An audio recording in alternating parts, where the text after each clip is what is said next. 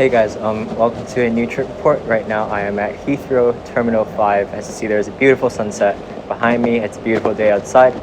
It's not feeling so great in London in general because of the entire coronavirus situation, but right now I am headed home. For now, I am going to be flying British Airways A380 Club World product. It's a product that I've wanted to try, probably not in a time like this, but without further ado, keep on watching.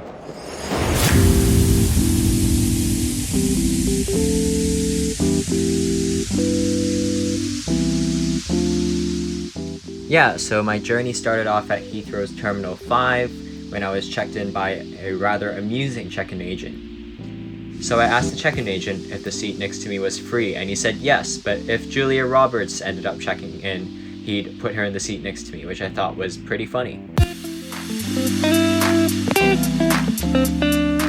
So soon I headed to the lounge, which was, oh, the government ordered all airport lounges to close, so never mind.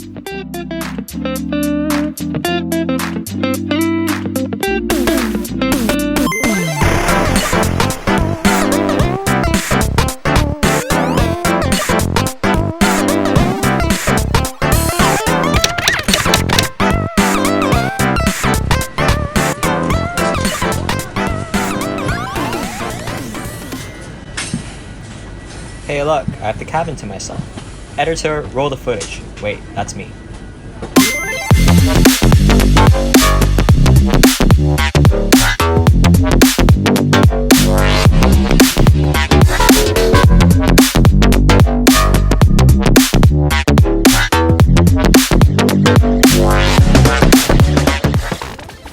So here we have the British Airways Club World cabin on the upper deck of the A380.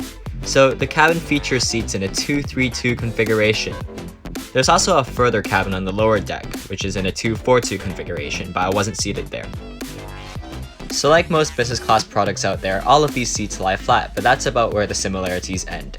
All of the aisle seats face forwards, whereas all of the window and middle seats face backwards. This makes for a bit of awkward eye contact if someone's next to you, though fortunately I had an empty seat next to me on this flight. Ooh, and that's a privacy screen, which reminds me, let's go on a bit of a seat tour. Well, let's not forget about the present situation, and let's wipe the seat down first.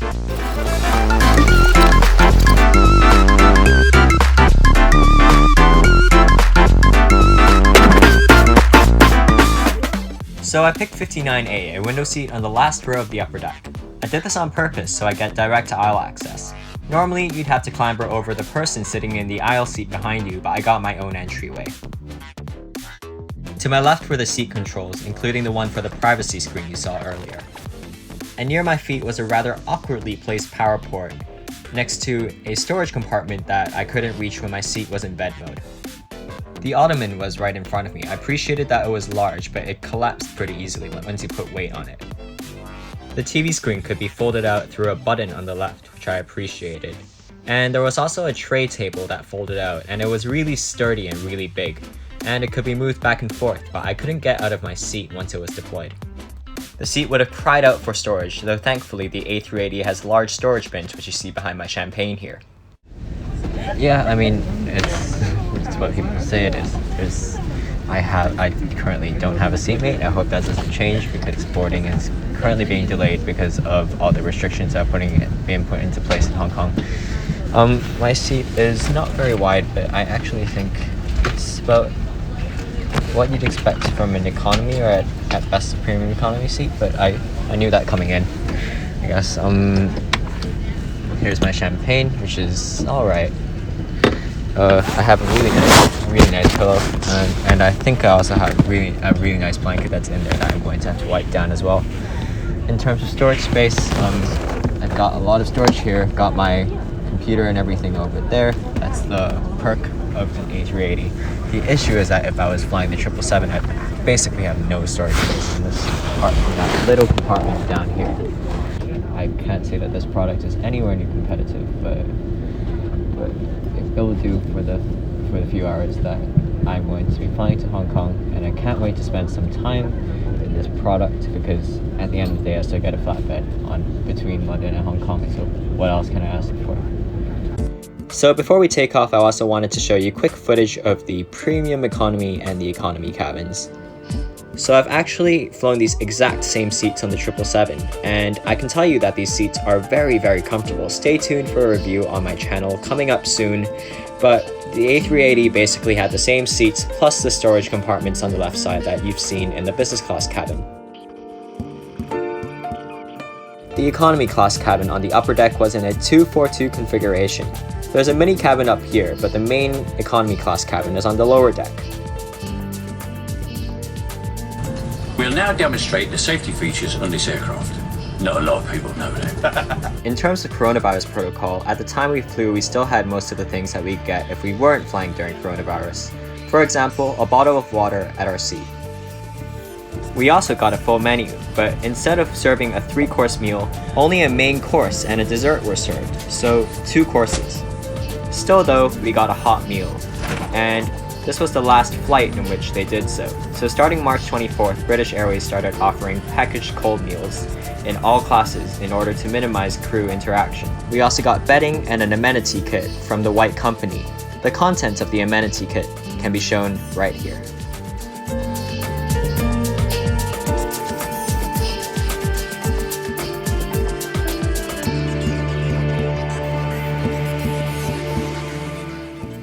So this all happened on March 23rd, 2020.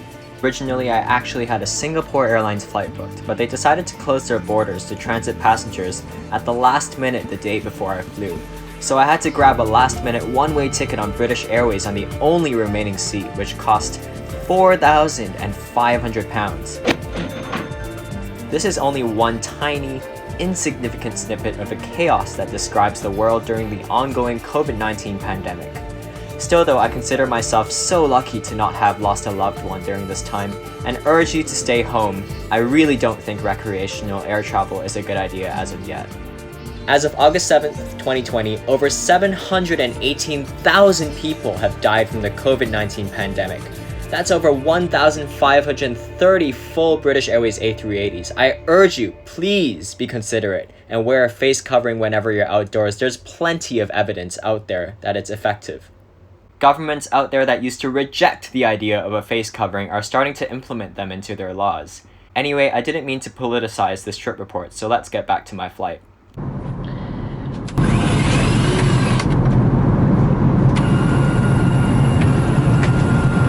Just to give you the official announcement.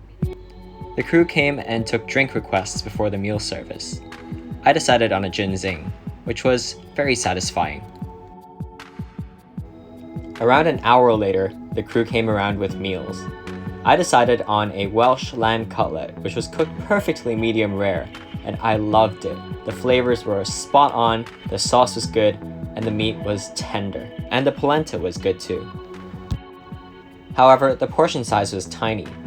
I heard the lady behind me ask for another meal, and the crew obliged, so I decided to follow suit with it. And I got the pasta, which was much more underwhelming and super bland.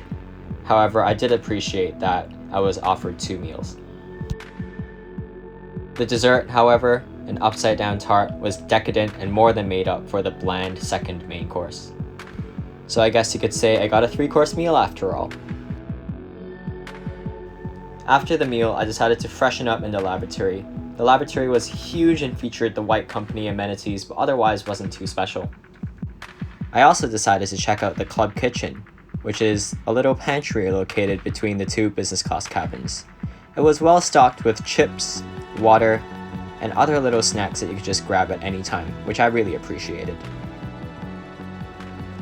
After that, I decided to make my bed, which was super comfortable, despite the fact that it was a bit narrow. And I put the White Company bedding on top, which was really high quality, and I loved it. Alright guys, it's time I headed off to sleep. Good night.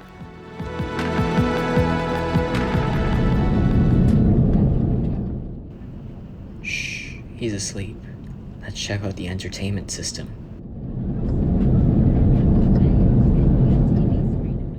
Ooh, it's kind of laggy.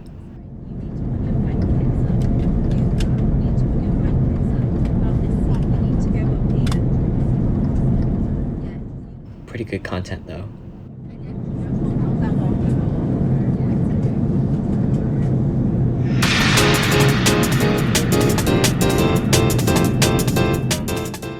So not long after I woke up, my breakfast order was taken, and I decided to go for the pancakes. They were delicious and fluffy, and they came with orange juice as well. They also came with an acai bowl, but because it wasn't heated, I wasn't too comfortable eating it at this time.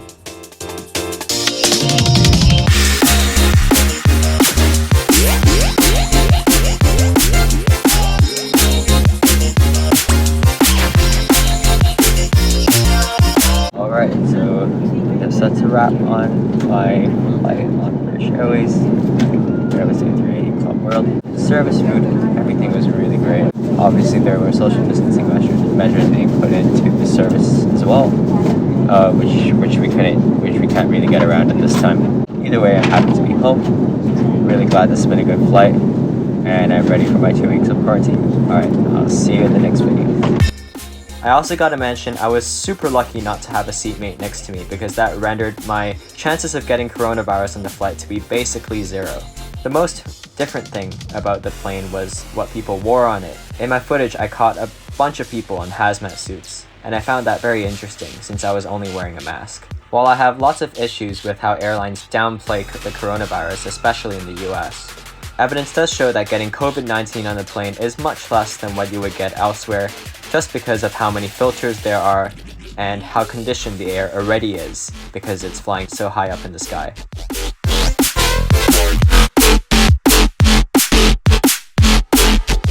After we parked next to the Singapore Airlines 787, I decided to take the chance to check out the first class cabin located in the front of the lower deck. Finally, it was time to leave the British Airways A380, and I checked it out outside the gate in its beauty. Afterwards, I was headed to my hotel, where I quarantined for 14 days and then returned home.